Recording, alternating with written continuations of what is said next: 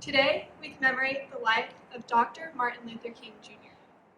We gather to recognize his lasting legacy of equal rights and freedoms for every citizen of our great nation. Let us begin in prayer. In the name of the Father, Son, Holy Spirit. Dear Lord, as we remember and honor the legacy of Martin Luther King Jr., give us his courage, bring us his guiding light of truth and justice to answer your call to love one another. May we never look at another without recognizing their sacred dignity, knowing they are made in your image. May we tear down barriers, remove injustices, and build bridges of peace and places of healing in every heart. As Martin Luther King Jr. taught us, we are here to serve you by serving one another. Be with us in our desire to be instruments of peace and beacons of hope in a world still in need of healing. Amen. Please join me in the Pledge of Allegiance and then remain standing for our national anthem sung by the Glee Club. Ready, salute. I pledge of allegiance to the flag of the United States of America and to the republic for which it stands, one nation, under God, indivisible, with liberty and justice for all.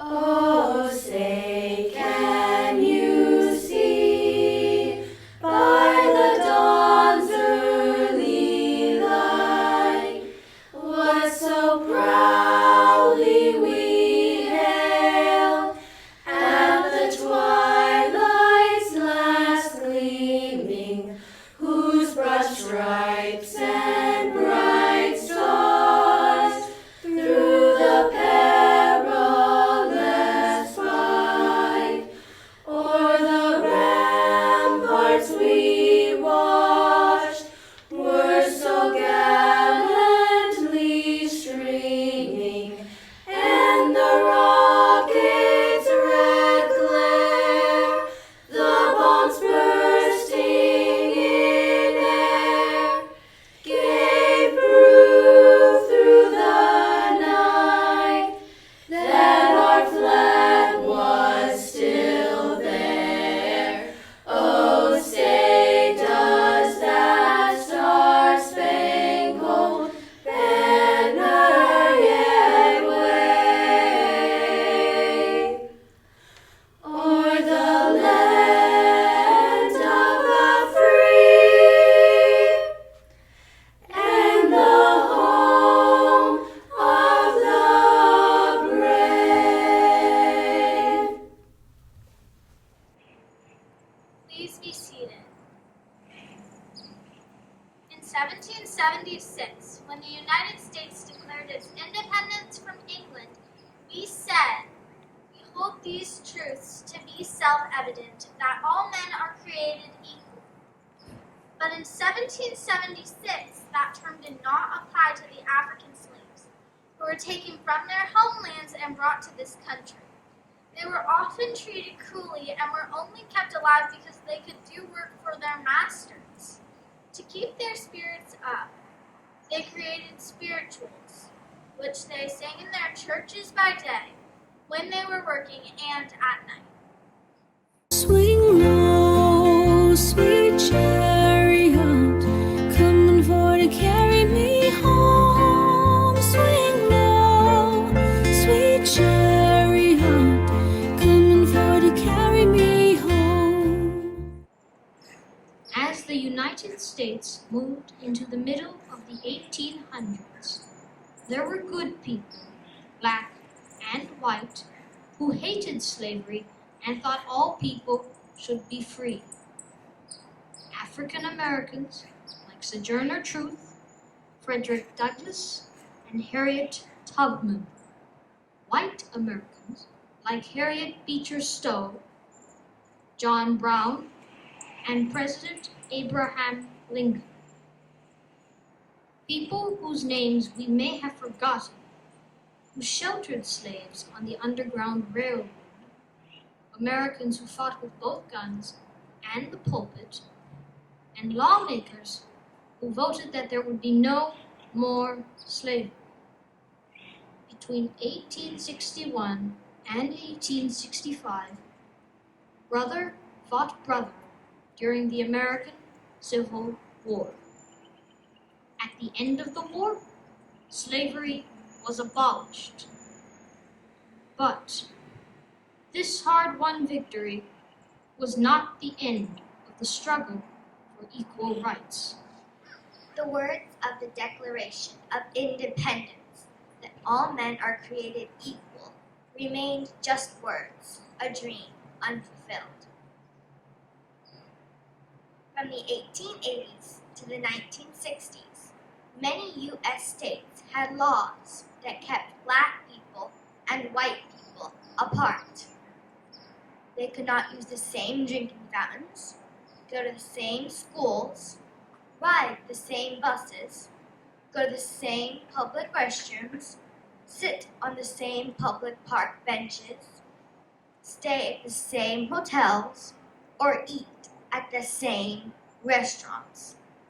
This was known as the doctrine of separate but equal.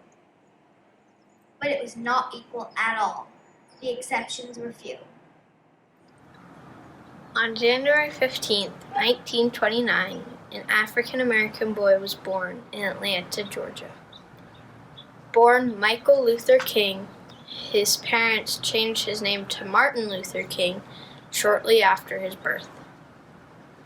Martin Luther King Jr. was once a kid, just like us. He had an older sister and a younger brother. His father was a minister and his mother a musician. While the King family had a very loving home, the world outside was often cruel and unfair. When Martin was 7 years old, he asked his mother why people were so mean. He then said, "Mama, one day I'm going to turn this world upside down." During the early years of Martin's life, our country was quite different than it is today. Black people were not allowed to play professional sports until Jesse Owens won 4 Olympic gold medals in Nazi Germany in 1936, and Joe Louis won the World Heavyweight Boxing Championship in 1937. During World War II, black men and white men could not serve on the same army units, even though they were on the same side fighting the same common enemy. Here in California, the worst loss of life on U.S. soil after Pearl Harbor killed over 300 black enlisted men, and they were forced to load dangerous explosives onto ships. This led to a demand of fair treatment of African Americans in our military, and started a new era of integration over segregation.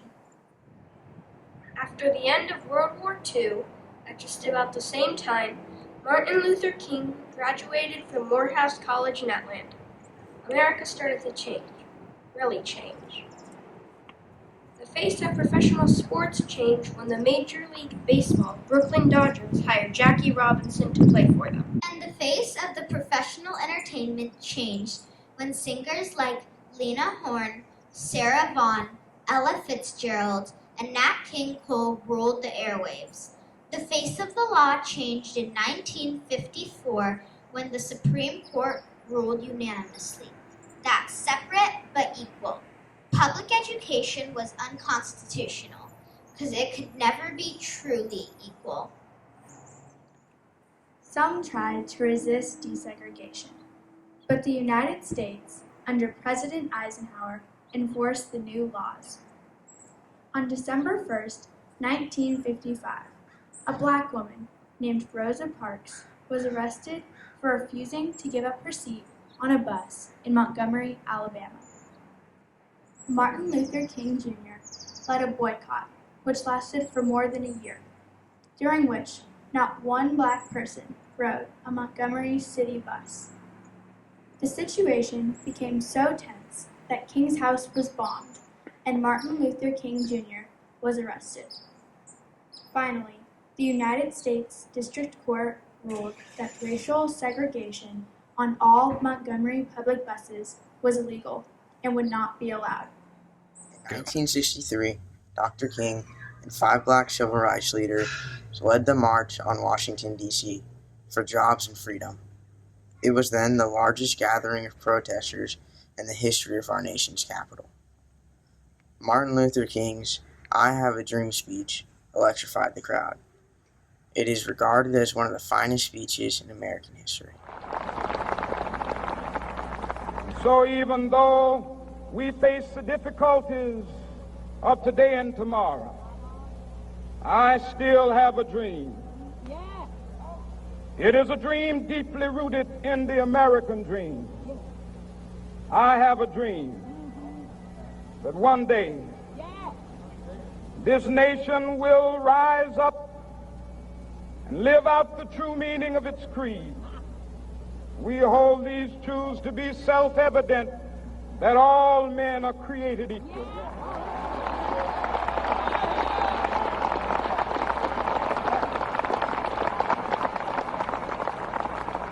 I have a dream that one day on the red hills of Georgia, the sons of former slaves and the sons of former slave owners will be able to sit down together at the table of brotherhood.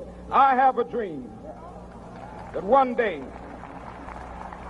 even the state of Mississippi, a state sweltering with the heat of injustice, sweltering with the heat of oppression, will be transformed into an oasis of freedom and justice. I have a dream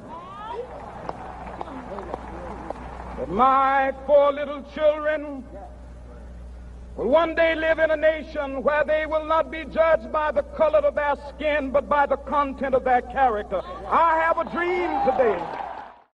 Throughout the mid-1960s, Dr. Martin Luther King Jr. led nonviolent movements and protests, all aimed at achieving civil rights and true equality for people of every race, creed, and color. He was named Time Magazine's Person of the Year for 1963. A year later, he won the Nobel Peace Prize. On April 3, 1968, Martin Luther King gave his last speech in Memphis, Tennessee. The following day, April 4th, 1968, Dr. Martin Luther King was assassinated in Memphis, Tennessee. Some say that life was better in the good old days, and crimes of hatred and prejudice are getting worse. And indeed, most recently, our country has suffered deep hurts that show we have a long way to go. Work remains to put an end to all forms of discrimination and to treat all people with kindness and with decency. But still, we hold on to the belief that we have come closer to honoring our original promise, that all men are created equal, and the world is, nonetheless, in a better place today because, for that short span of time, Martin Luther King lived in it. So let us all remember what he stood for. And let us pledge to one another that we will defeat prejudice, we will defeat fear, and we will overcome. Coming for to carry